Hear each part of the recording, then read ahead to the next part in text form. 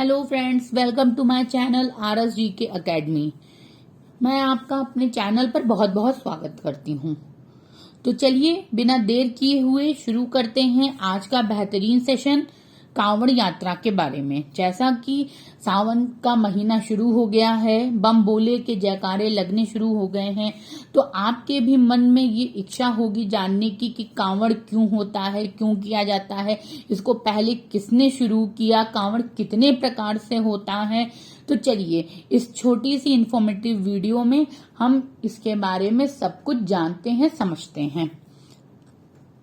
सावन के शुरू होते ही शिव भक्त गंगा जल भरने के लिए कंधों पर कांवड़ लेकर निकल पड़े हैं और महादेव का अभिषेक करते हैं। सावन में शिव आराधना का बड़ा महत्व है। इस दौरान जगह जगह कांवड़ियों की लंबी कतारें बम बम भोले के जयकारे लगाते हुए दिखाई देती है। क्या आप जानते हैं कि श्रद्धा से जुड़ी इस परंपरा की शुरुआत कब और किसने की? अगर नहीं तो आइए चलिए जानते हैं इन सब के बारे में। माना जाता है रावण था पहला कांवड़िया। पुराणों के अनुसार इस यात्रा की शुरुआत समुद्र मंथन के समय हुई थी।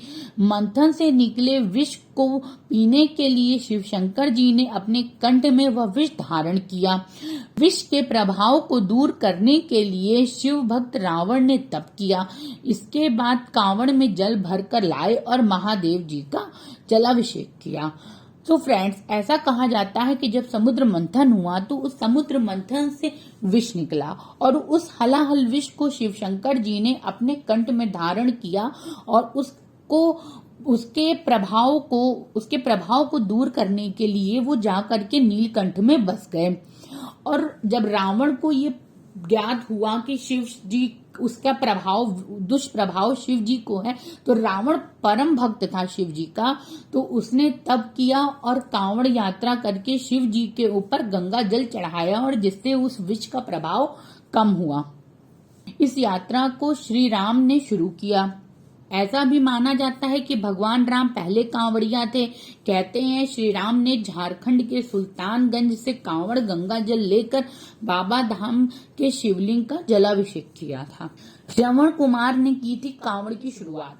कहीं कहीं कुछ जगह पे ये भी कहा जाता है, कुछ लोगों का मानना है कि पहली बार कांवड़ की शुरुआत श्रवण कुमार ने की थी। जैसा कि सब जानते हैं कि श्रवण कुमार के माता पिता अंधे थे और श्रवण कुमार बाल्य अवस्था से ही उनको अपने कंधे पर बिठा करके कांवड़ के रूप में जगह जगह उन्हें घुमाया करते थे।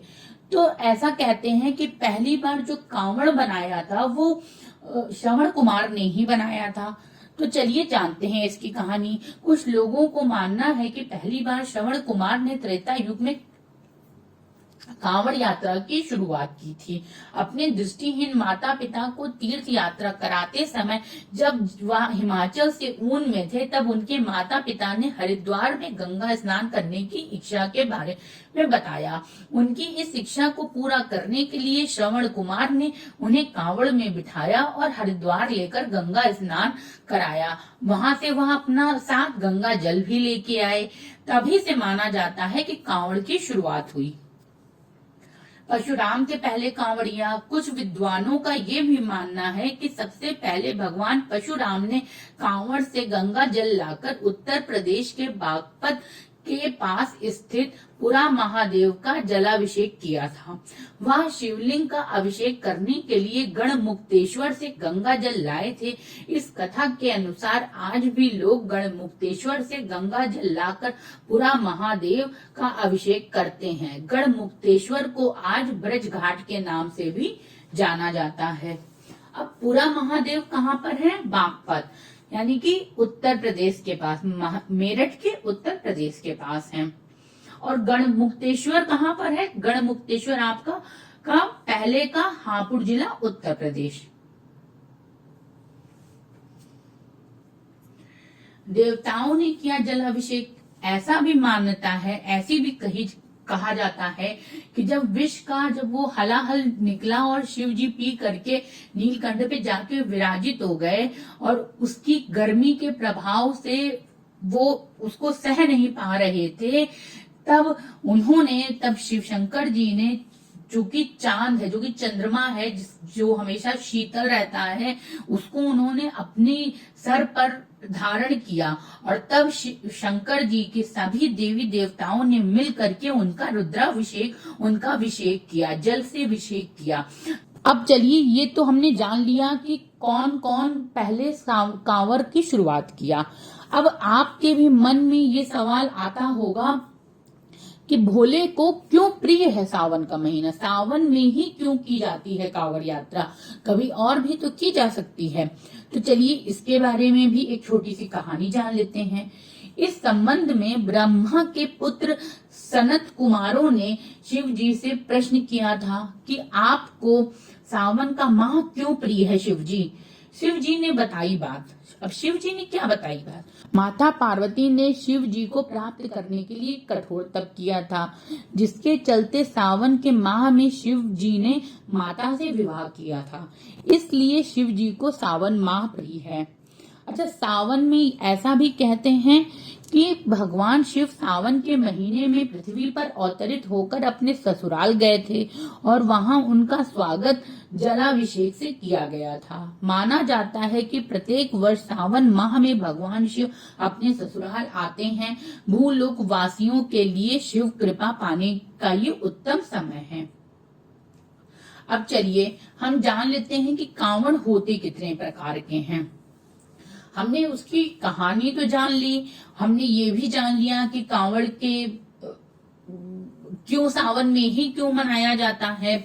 अब हम ये जानते हैं कि कांवड़ होते कितने प्रकार के हैं। देखिए, सामान्यतः कांवड़ 4 प्रकार के होते हैं। उसमें से पहला है सामान्य कांवड़।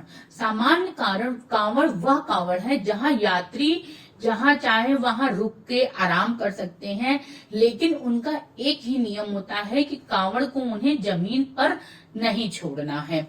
उसके लिए वो जगह जगह प्रशासन स्टैंड का उपयोग करते हैं और उस स्टैंड पे उसको टांग दिया जाता है।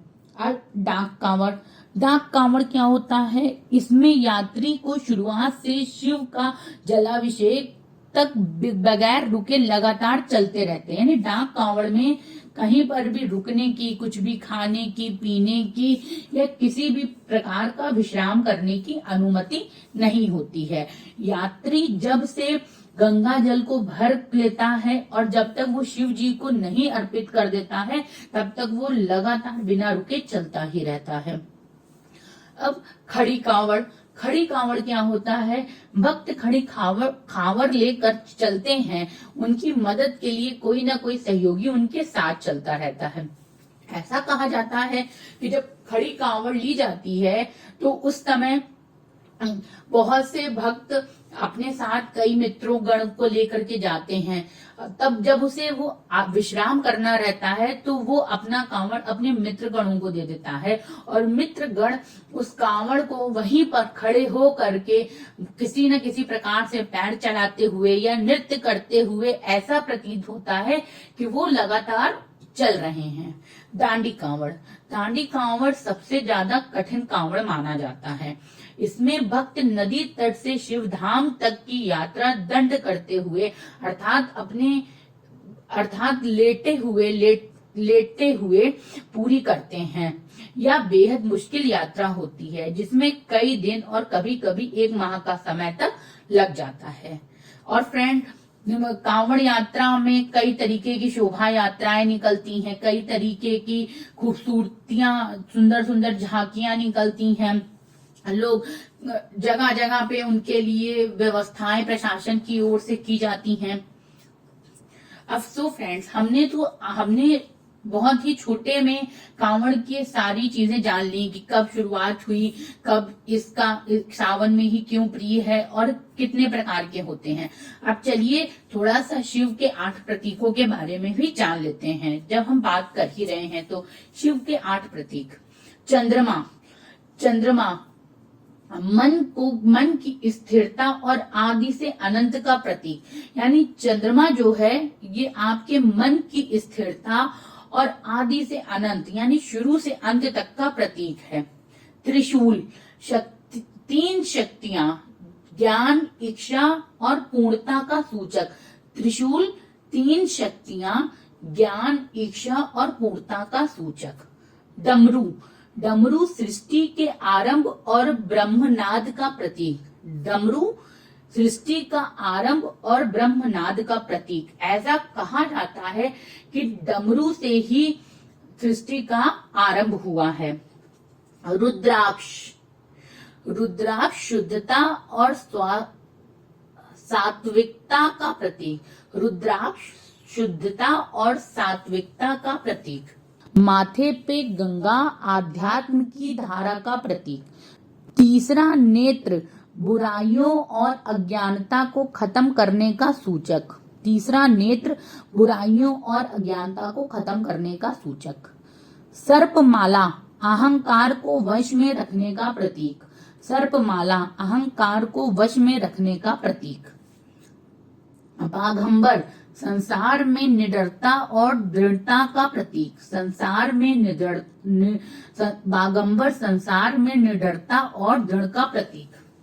तो फ्रेंड्स, आई होप आपको ये छोटी सी वीडियो अच्छी लगी होगी और कुछ अलग और कुछ इंटरेस्टिंग फैक्ट्स जानने को मिले होंगे।